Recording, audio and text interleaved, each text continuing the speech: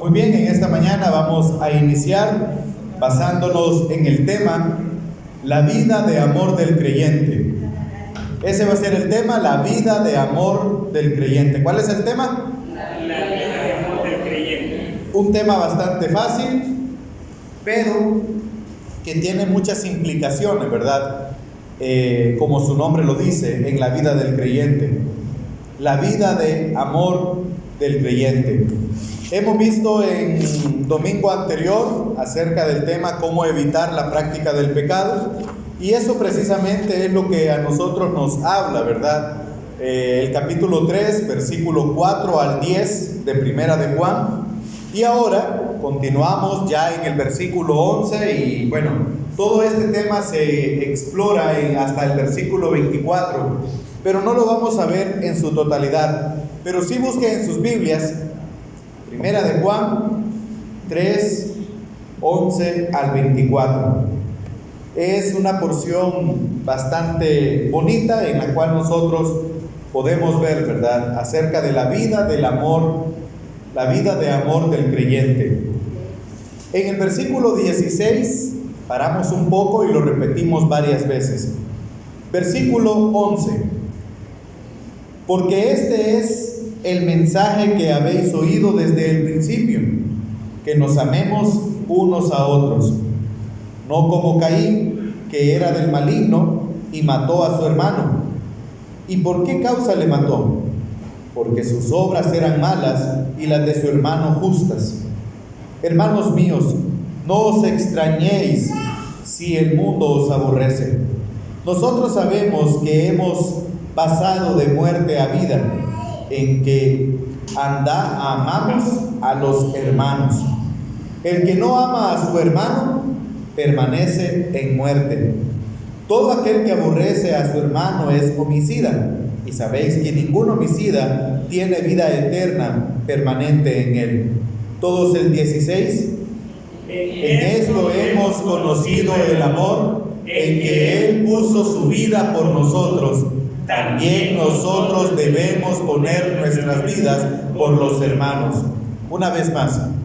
En esto hemos conocido el amor, en que Él puso su vida por nosotros. También nosotros debemos poner nuestras vidas por los hermanos. Ese va a ser el versículo que vamos a tratar de decir en esta mañana, ya cuando se presenten las clases. Versículo 17. Pero el que tiene bienes de este mundo y ve a su hermano tener necesidad y cierra contra él su corazón, ¿cómo mora el amor de Dios en él? Hijitos míos, no amemos de palabra ni de lengua, sino de hechos y en verdad. Y en esto conocemos que somos de la verdad y aseguraremos nuestros corazones delante de Él. Versículo 20. Pues si nuestro corazón nos reprende, mayor que nuestro corazón es Dios, y Él sabe todas las cosas. Amados, si nuestro corazón no nos reprende, confianza tenemos en Dios. Y cualquier cosa que pidiéremos, la recibiremos de Él, porque guardamos sus mandamientos y hacemos las cosas que son agradables delante de Él. Y este es su mandamiento, que creamos en el nombre de su Hijo Jesucristo y nos amemos unos a otros como nos ha amado, como nos ha mandado. Y el que guarda sus mandamientos permanece en Dios y Dios en él. Y en esto sabemos que Él permanece en nosotros por el Espíritu que nos ha dado. El versículo 16 es el versículo en el cual nosotros vamos a estar viendo y vamos a estar observando algunas cosas. Pero en esta lección nosotros podemos representar y ver a Juan presentando realmente un discurso acerca de una gran verdad que habla acerca también del amor entre unos a otros, entre hermanos. En el versículo 2, del versículo 7 al 11, nosotros ya tenemos también como el encabezado, y estuvimos viendo algunos domingos atrás, el encabezado dice, el nuevo mandamiento: hermanos, No os escribo mandamiento nuevo, sino el mandamiento antiguo que habéis tenido desde el principio. Este mandamiento antiguo es la palabra que habéis oído desde el principio. Sin embargo, os escribo un mandamiento nuevo, que es verdadero en él y en vosotros, porque las tinieblas van pasando y la luz verdadera ya alumbra. El que dice que está en luz y aborrece a su hermano, está todavía en tinieblas. El que ama a su hermano permanece en la luz, y en él no hay tropiezo. Pero el que aborrece a su hermano está en tinieblas y anda en tinieblas y no sabe a dónde va, porque las tinieblas le han cegado sus ojos. Si vemos, nosotros tenemos no dos contrastes, en cambio, tenemos un mismo relato acerca del amor que tenemos que tener hacia los hermanos. Juan es una de estas cartas que nos hablan de bastantes temas. Justamente el domingo pasado mirábamos acerca de cómo evitar el pecado. Y habían algunas reglas, algunas normas, cómo nosotros, por medio de la palabra de Dios, podemos evitar el pecado. Pero en estos versículos, nosotros lo que tenemos es el amor entre los creyentes, que debe de ser algo bien aceptado en nuestras iglesias. Pero también es probablemente algo que pueda haber algunos malos entendidos, como en toda familia. Juan considera esta verdad como algo importante, y tan importante que la menciona en el capítulo 2 y también la menciona en ¿dónde más? En este capítulo 3. O sea, estamos viendo que repite una cosa una vez, más adelante la vuelve a repetir. Y siempre que Dios repite algunos principios muy rápido uno que otro, es porque algo nos quiere enseñar Él. Debemos de entender que el amor es algo, es un estilo que nosotros debemos de vivir. Y cuando estaba meditando en el mensaje, siempre se viene aquella pensamiento, ¿verdad? De que en la iglesia siempre se predica del amor y que hay que traer mensajes un poco diferentes y que no solo de amor se puede estar predicando. Pero en lo que hemos venido viendo nosotros acerca de ser hijos de Dios, en este capítulo, precisamente en estos versículos del 11 al 24, lo que nosotros estamos viendo es el amor entre hermanos. Amor entre hermanos. Siempre he dicho yo, es fácil amar a mi mamá. Yo a mi mamá la amo, ¿por qué? No porque es el Día de la Madre. La amo porque es mi mamá. Es fácil amar a mi hermano. ¿Tiene necesidad mi hermano? ¿Qué hago yo? Tené.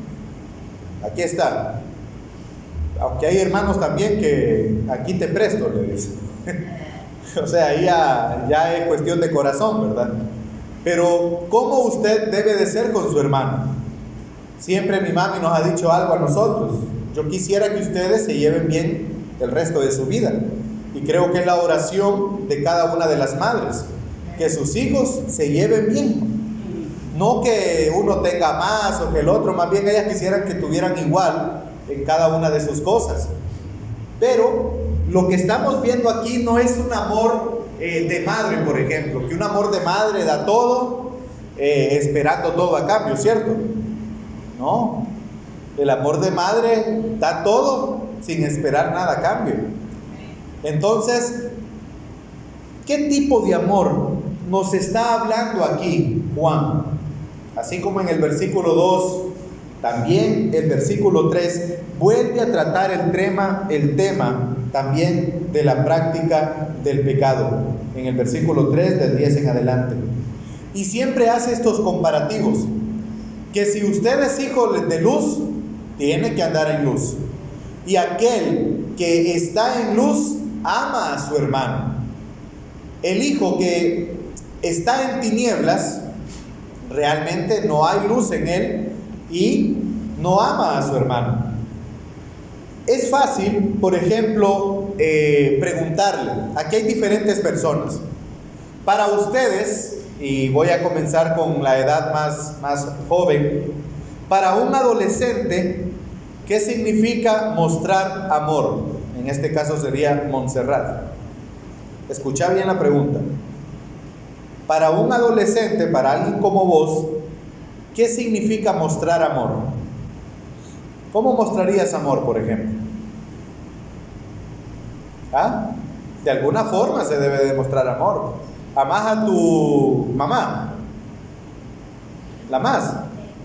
¿Ah? ¿Cómo le mostrás el amor a ella? ¿Cómo?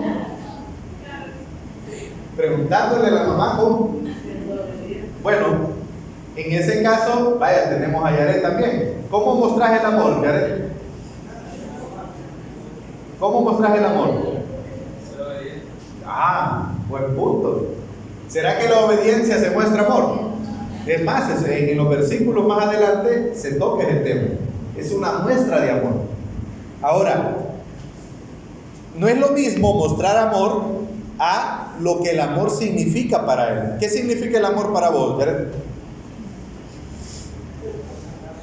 ¿Ah? Depende. ¿De?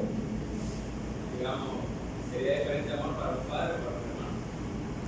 Diferente, ser amado significa diferencia para un padre o para una madre. Puede ser así. Ahora, le preguntamos a los jóvenes, pero ¿qué pasaría si nosotros ya le preguntamos, por ejemplo, a una madre? ¿Qué significa mostrar amor para una madre en el Día de la Madre? Ana Blanca, ¿qué significa mostrar amor? Pues primeramente, hermano, hablándoles del Señor, ¿verdad? Y después, pues decirles que el amor de uno de madre es que quiere lo mejor para sus hijos, ¿verdad? Y que tienen ellos que respetarlo a uno para que nosotros lo respetemos a ellos, ¿verdad? Y que tengan ese comportamiento, ¿verdad? De respeto, pues, ¿verdad? ¿Y qué significaría, hermana Carmen, ser amada para usted? ¿Cómo se siente amado usted? ¿Ah? Amado, ¿cómo demuestran las personas que le aman, por ejemplo, hermana Alba, a usted? Los hechos. Hechos. Ayer creo que mencionaba algo, o leía algo, yo no recuerdo. Sí, va, te quiero y pa, le pega por atrás, va, no. Sí, se portan mal y mami la amo y aquí le traigo un arreglo y se portan mal. O sea, por ejemplo, aquí tenemos abuelo, hermano Efraín. Ya como abuelo, ya hemos visto un joven, una madre, pero a usted como bisabuelo, ¿cómo muestra el amor usted?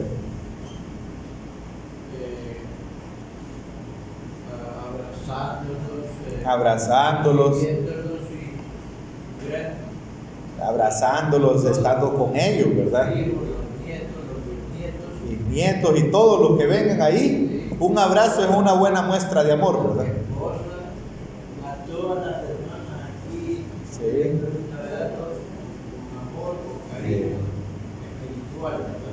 Así es espiritualmente, ¿verdad? Algo como nosotros podemos ver, el amor se muestra de diferentes formas.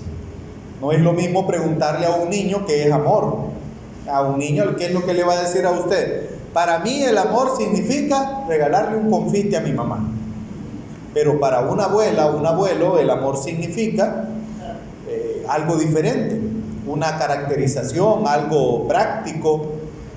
Para otras personas significa ser obediente, mostrar amor y qué hablar, ¿verdad? De cuál es el significado de ser amado, que sean obedientes conmigo, que me respeten. Creo que es una de las cosas que todos anhelamos también, que los hijos los respeten, porque es triste, hermano, cuando los hijos no respetan a sus padres y le hablan feo y hasta pareciera que los quieren castigar. Entonces, se dan esas cosas, sí, se dan esas cosas. Pero en este versículo, lo primero que nosotros vamos a ver en estos versículos es el mandamiento acerca del amor. El mandamiento, hermano Nelson. Amén. El amor es un sentimiento, ¿no? Personal. Un sentimiento personal. Yo le pregunto a usted, si ayer yo estaba con un hermano, usted sabe cuánto lo ama a su esposa. Usted sabe cuánto lo ama a su esposa. ¿Cuánto me ama mi esposa? Usted no lo sabe cuánto porque el amor es personal, es un sentimiento propio. El amor es como el dolor, es un sentimiento de uno mismo. Como el dolor. No demuestra el amor de manera de caricia o en una manera de hablar, pero también el amor de fingido. El amor puro que tenemos como hermanos es un amor filial, sincero, pero también el amor puede ser fingido. Como dice la persona, yo te amo y por detrás te amo otra cosa. Es un amor fingido. Entonces yo entiendo que el amor es como cuando uno lo utiliza, uno siente el dolor y el otro siente el placer de hacerlo. Por eso le preguntaba, ¿cuánto sabe usted? ¿Cuánto lo ama a su esposa? Usted no sabe, porque se puede.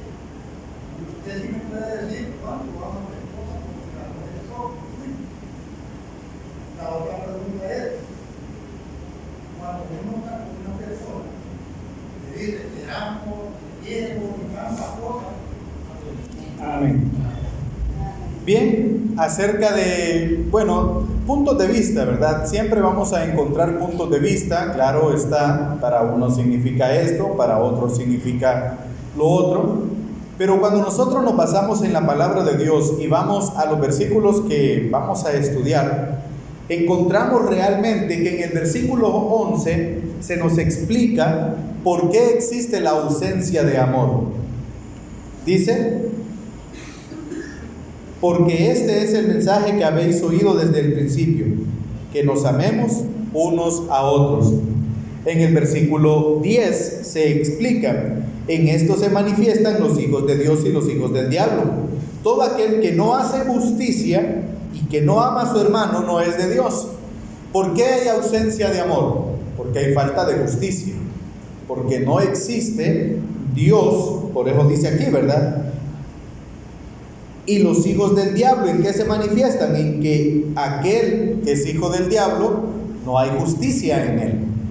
Cuando nosotros amamos realmente, nos damos cuenta que siempre la justicia, la luz, Dios, va a ir tomado de la mano con respecto al amor.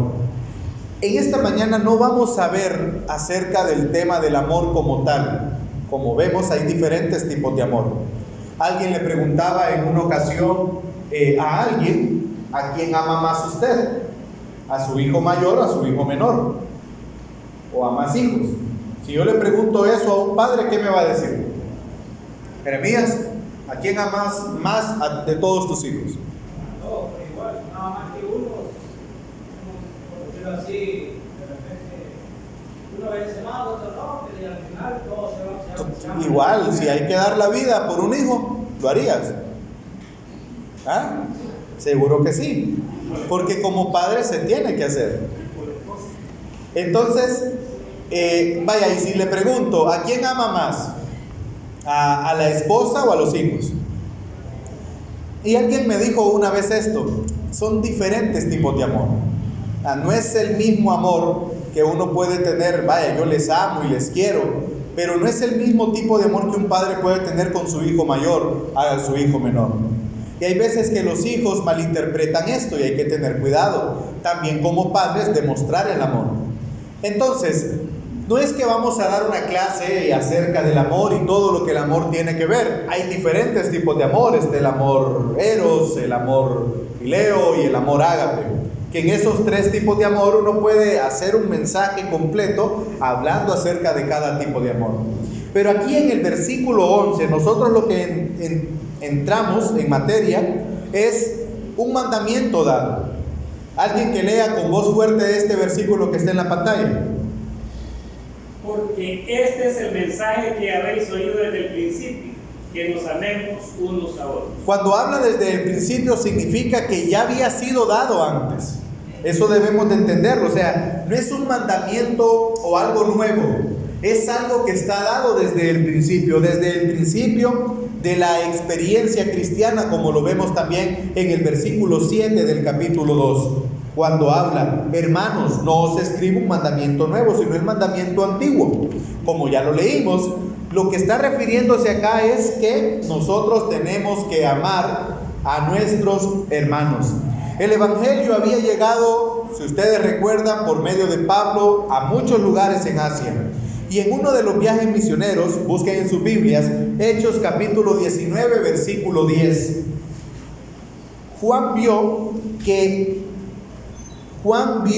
Vino a esta área trayendo el mismo mensaje de amor. El mensaje era tan viejo como el evangelio mismo. ¿Qué dice este versículo? Así continuó por espacio de 2 años, de manera que todos los que habitaban en Asia, judíos y griegos, oyeron la palabra del Señor Jesús. Era el mismo mensaje. Desde aquel momento se estaba predicando lo mismo, o sea que era un mandamiento dado, que era un mandamiento con un mensaje antiguo. Ahora, ¿cuál es la obligación del creyente? ¿Cuál es la obligación de usted? ¿Usted es creyente? ¿Usted es hijo de Dios? ¿Usted ya recibió a Cristo como su Salvador? ¿Usted vino a la iglesia el día de hoy porque quería aprender de la Biblia? Bueno, la obligación del creyente es lo que Juan nos habla aquí. Juan nos dijo que debemos amarnos unos a otros. Unos a otros. En este de amarnos unos a otros, una de las caracterizaciones que nosotros debemos de entender bien es que con los hechos se demuestra realmente. Yo siempre he dicho algo, por ejemplo, aquí se da una canasta de vez en cuando. Si yo, hermanos, compraría algo para mi casa, yo lo puedo dar para el hermano. Pero, por ejemplo, me salieron avena para dar, y es un ejemplo simplemente. ¿Qué es lo que yo hago? Me voy al súper, esta avena, y voy a mencionar Quaker State, esta es la que yo compro para mí, pero como es para el hermano y la iglesia, que hay una 2x1, una azul, y a mí no me gusta, porque esta avena es así, y a mí no me gusta, pero como es para la iglesia, la voy a dar. ¿Se menciona ahí el amor? No. En esos casos, cuando habla de la obligación del creyente es poder poner en práctica aquello que nosotros hemos aprendido y sabemos. Si usted se lo daría a su esposa, lo puede dar a un hermano de la iglesia. Si usted ve a alguien con necesidad dentro de la iglesia, y mire que hay mucha necesidad siempre, usted también puede apoyar a los hermanos de la iglesia. Cuando uno está en el medio cristiano se da cuenta de muchas cosas. Hay personas que van a llegar a su vida con necesidades y le van a comenzar a hablar: mire que yo tengo esta necesidad, que tengo la otra necesidad, que pasó esto, que no tengo para comer, que no tengo para hacer esto y lo otro. Pero así hay personas también que tienen una necesidad igual o mayor que esta primera persona. ¿Y qué es lo que van a hablar frente a usted? Hermano, ore por mí. Estoy en necesidad, pero estoy confiando en el Señor. Hermano, ore, viera la obra que estamos tratando de iniciar en la iglesia. Mire, y habla de trabajo en el Señor. Misma necesidad, diferentes pensamientos. Hay personas que todo lo ven gris. Todo es malo, todo es oculto, todo es triste, todo es malo, todo le pasó a ellos porque nadie los ama, nadie los quiere. Pero hay otra persona que tiene la misma necesidad y va a ver que no es tan mala la situación cuando uno confía en el Señor. Cuando nosotros nos damos cuenta de lo que Pablo nos habla en Efesios acerca de la obra del Señor, lo que Juan nos está diciendo también del mandamiento, que es el mismo mandamiento que se menciona desde el Antiguo Testamento, o lo que también nos menciona Pedro en Primera de Pedro, capítulo 1, versículo 22, nos damos cuenta que cualquiera de nosotros puede realmente. Vamos a leer este versículo. Habiendo purificado vuestras almas por la obediencia a la verdad, mediante el Espíritu, para el amor fraternal no fingido, lo que se mencionaba hace algunos momentos, que se hace porque por hechos. Yo digo que lo amo, bueno, demostrémoslo por hechos. Yo amo a mi mamá, bueno, demostrémoslo por hechos. Yo amo a mi papá, demostrémoslo por hechos. Amaos unos a otros entrañablemente de corazón. Este tipo de amor es el amor, así como en la vida del creyente se debe de demostrar. Un amor puro, un amor sin fingimiento, como se nos menciona aquí. Porque es fácil venir delante del hermano, yo le quiero, le abrazo, pero después estoy hablando de él atrás cuando él no me escuche. La mejor forma de resolver los conflictos, ¿cuál es? Viene el hermano Jorge, ¿verdad? Y viene donde Neri, y Neri, mire que el hermano Luis, a mí no me gusta, y el hermano Luis, y tal cosa. ¿Y usted qué piensa, Neri? ¿Sabe lo que Neri, un cristiano maduro, debe de hacer? Y es otro Neri, vaya, es otro Jorge y otro Luis. ¿Sabe lo que Neri haría? Bueno, eso piensa, hermano, véngase. Vamos a hablar con el hermano Luis acerca de eso. Y se confronta cara a cara con la persona. Pero eso de estar hablando allá atrás, que el hermano, que la hermana, que el predicador, que el dirigente, que la presidenta, que el presidente, lo único que hace es demostrar un amor fingido. Cuando Pedro nos exhorta y nos dice aquí que debe de ser un amor sin fingimiento, y esa es la obligación del creyente, demostrar un amor sin fingimiento, algo que realmente, ¿verdad?, demuestre lo que nosotros somos. Y es más que amistad. Aquí tiene la aplicación por los miembros de la familia cristiana. También se demuestra un amor ágape aquí, porque el amor de Dios es así realmente. ¿A usted cree que Dios, o usted cree que Dios le ama a usted fingiendo? Yo voy a amar a Jorge porque sé que no es un buen hijo, sé que es un hijo malo, sé que es un hijo que hace problemas, pero yo lo voy a amar, dice Dios. Dios ama a cada uno de nosotros sin fingimiento. Y este mandamiento también es ilustrado en el versículo 12 en adelante. Se nos menciona una ilustración ahí acerca del amor que debe de ser dado hacia los hermanos. Ya lo leímos y habla, ¿verdad? Juan aquí es un escritor a quien le agrada escribir dando contrastes. Y si nosotros vemos, hay muchos contrastes en la carta universal de Primera de Juan. Siempre habla de la luz y de ¿qué más? De las tinieblas. Siempre habla de la justicia y de la injusticia. Siempre habla del justo y del injusto. Siempre está hablando de estos contrastes. Y dentro de esos contrastes, en el versículo 12, se nos menciona. Y esto es realmente la ausencia de amor. La ausencia de amor. Caín no amó a su hermano porque Caín, dice, era del maligno, el diablo, quien era un asesino desde el principio, así como dice también San Juan 8:44. Cuando nosotros repasamos un poco los acontecimientos del asesinato de Abel, nos damos cuenta de que fue algo totalmente injusto. Ahí en Génesis del 4, del 1 al 10. Caín simplemente no quería que ningún hombre justo fuese mejor que él.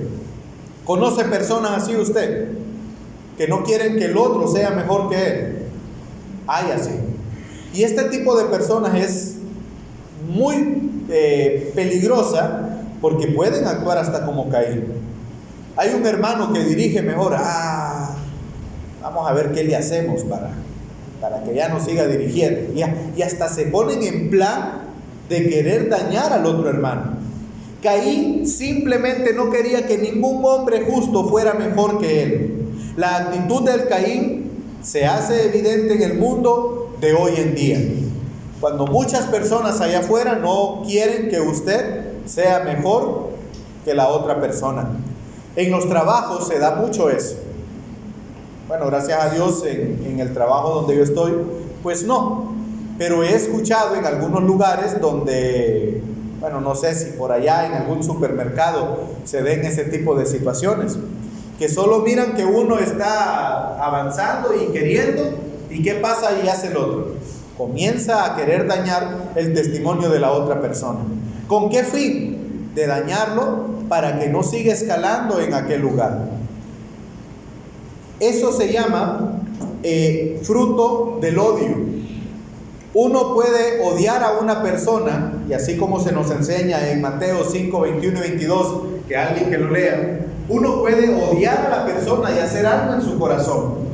Cuando usted odia a alguien, lo que está haciendo es algo peligroso. Usted tiene rencor o odio por alguien, tenga cuidado. ¿Alguien que lea, por favor? Alguien diferente, el hermano Luis. Ulises te fue dicho a los antiguos: no matarás, cualquiera que matare será culpable de juicio. Muy bien, el 22. Eric. Pero yo digo que cualquiera que se enoje contra su hermano será culpable de juicio, y cualquiera que diga necio a su hermano será culpable ante el concilio, y cualquiera que le diga bárbaro quedará expuesto al infierno de fuego. Imagínense hasta dónde va el Señor. El Señor no simplemente se queda con asesinar a una persona. Dice que cualquiera que odia a una persona ya lo ha matado en su corazón. Cuando usted tiene ese rencor, esa amargura, ese odio contra alguna persona que ni siquiera dice, y hasta dice, ¿verdad? Es que yo no lo puedo ver, dice. Debemos de tener cuidado, porque como hijos de Dios, y bueno, déjelo. Si alguien dice eso, déjelo. Ha de ser incrédulo, ha de ser una persona que no tiene luz, ha de ser una persona que actúa en injusticia, ha de ser una persona que el diablo tiene posesión de su corazón. Déjelo a él. Pero si usted dice ser creyente, si usted dice ser una persona que ha entregado su vida al Señor, el odio, la amargura, no debe de ser algo que está dentro de su corazón. Eso es una característica de un hijo de Dios. Siempre nosotros podemos ver cómo Juan también habla del amor. Se ha dicho que Juan es el apóstol del amor, ¿cierto? Porque hay muchos versículos que nos hablan que no debemos de guardar rencor, que no debemos de guardar problemas contra otros hermanos. No solamente el mandamiento es ilustrado aquí con la ausencia del amor, ilustrada por Caín, sino que también la abundancia del amor es ilustrada. Hay dos tipos que sirven de evidencia para darle valor a nuestras afirmaciones que tenemos una nueva vida en Cristo. Primero, el mundo nos aborrece, versículo 13. Hermanos míos, no os extrañéis si el mundo os aborrece. ¿Por qué le va a aborrecer el mundo a ustedes? Hermanos, ¿están aquí o están allá? ¿Por qué el mundo los va a aborrecer a ustedes?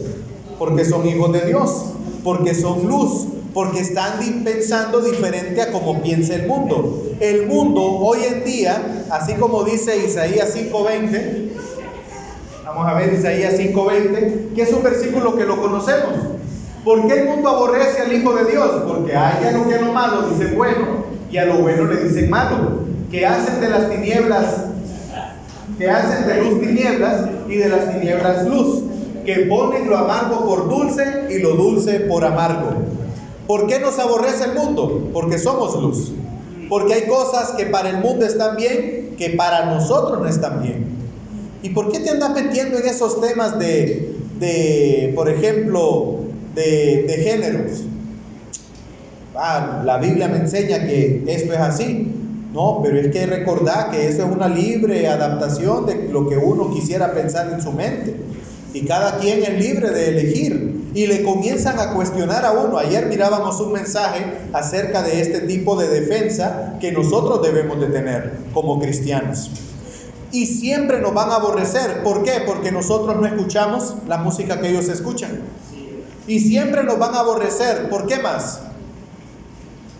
Porque nosotros no nos vestimos como ellos se visten. Y siempre nos van a aborrecer porque ellos se cortan el pelo diferente a como nosotros nos debemos de cortar el pelo. Y siempre nos van a aborrecer porque nosotros nos vamos a lugares donde ellos van. Entonces, la abundancia del amor es ilustrada en estos versículos. En el versículo 13 precisamente se nos dice que el mundo nos va a aborrecer porque nosotros somos hijos de luz y ellos no. En segundo, nosotros amaremos a nuestros hermanos, y aquí se termina en esta mañana este mensaje. Nosotros sabemos que hemos pasado de muerte a vida en que amamos a los hermanos. El que no ama a su hermano permanece en muerte. El tema de esta mañana, como estábamos viendo, la vida del amor, la vida de amor del creyente. ¿Cómo se aplicaría ese versículo en ese tema? Esa es la culminación realmente. Si usted dice amar a su hermano, bueno, ámelo, como decía la hermana, ¿verdad? No con fingimiento, como decía el hermano, sino como decía la hermana, en la práctica. Practique el amor.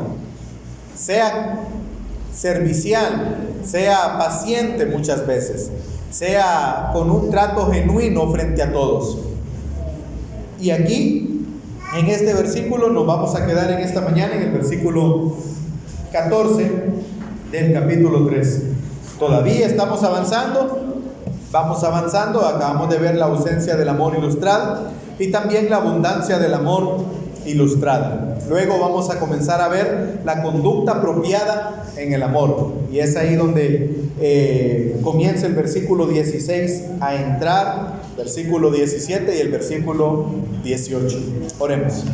Gracias, Señor, por este día, por todo lo que usted nos ha permitido hasta este momento, en esta mañana. Gracias, Señor, porque nos permite mostrar el amor unos con otros, Señor, y poder ser personas sin fingimiento, sin problemas, Señor, de odio en nuestros corazones, sin raíces de amargura que únicamente demuestran, Señor, que no existe usted en nuestro ser. Gracias, Señor, porque nos permite estar en este lugar y ser luz en el lugar donde estemos. Ayúdenos, Señor, a mejorar esas cosas que debemos todavía y a poder ser más iguales a usted. Gracias, Señor, por todo, en el nombre de Cristo. Amén. Dios le bendiga.